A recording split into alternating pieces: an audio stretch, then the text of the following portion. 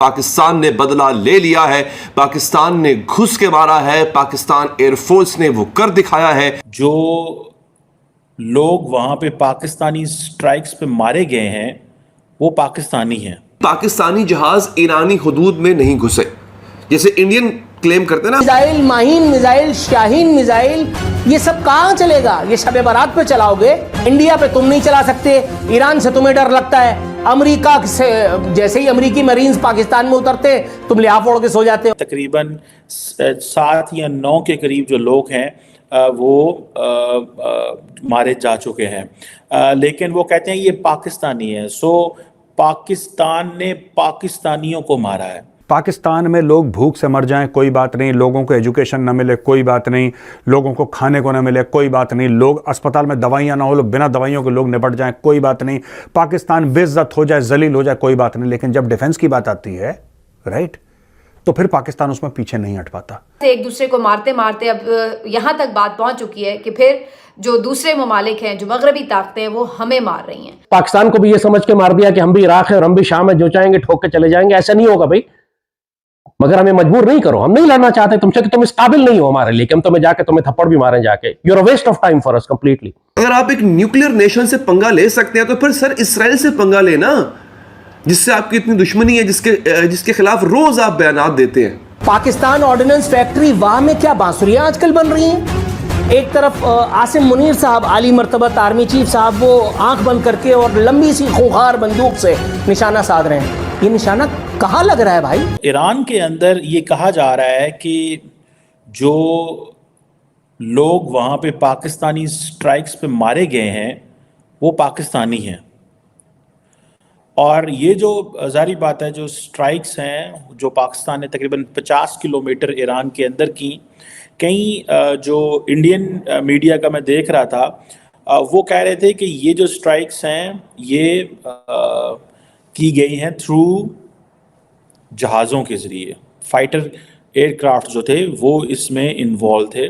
لیکن یہ میں بتاتا چلوں آپ کو کہ یہ جو پریسیجن سٹرائکس ہیں یہ ڈرونز، راکٹس اور لوئٹرنگ میونیشنز کے ذریعے جو ہے وہ کی گئی ہیں، اسٹینڈ آف ویپنز کے ذریعے کی گئی ہیں۔ سو دا کویسچن از کہ پاکستان ایک طرف تو ظاہری بات ہے اسٹرائک ہم نے کی ہے ایران کے اندر، ایرانینز کہہ رہے ہیں، جو ایرانی میڈیا ہے وہ مان رہا ہے کہ تقریباً 7 یا 9 کے قریب جو لوگ ہیں وہ مارے جا چکے ہیں، لیکن وہ کہتے ہیں یہ پاکستانی ہے۔ سو پاکستان نے پاکستانیوں کو مارا ہے۔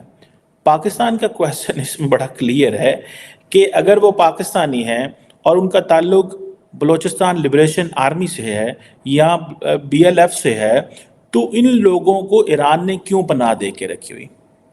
یہ ایک جو ہے وہ کویسچن ہے۔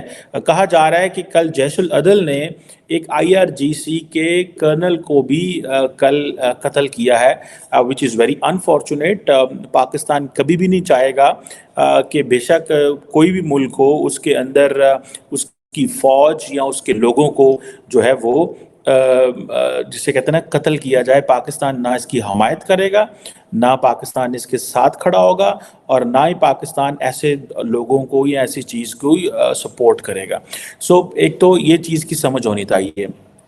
ایران کہتا ہے جی پاکستان جو ہے وہ دہشت گردوں کو جو ہے وہ پناہ دے رہا ہے، ٹھیک ہے جی۔ ایران کہتا ہے جی کہ یہ اور یہ آج کی یہ پرسیپشن نہیں ہے، ایرانین ڈپلومیٹس کو پاکستان کے اندر قتل کیا گیا، اور بہت ساری چیزیں جو ہیں ایران اس حوالے سے کہہ رہے ہیں۔ اب یہ جو ہے کویسچن یہ آتا ہے کہ یہ چیزیں پاکستان بھی بڑے سارے ڈوسیئر ایران کو دیتا رہا ہے، ٹھیک ہے، لیکن ایران کی ایک جو جسے کہتے ہیں نا پرائمری جو رسپانسبلٹی ہے وہ اپنے لوگ ہیں، لیکن ایران اس پورے خطے کے اندر جو ہے وہ اپنے فٹ پرنٹس چاہتا ہے اور اپنی مرضی کی چیزیں چاہتا ہے۔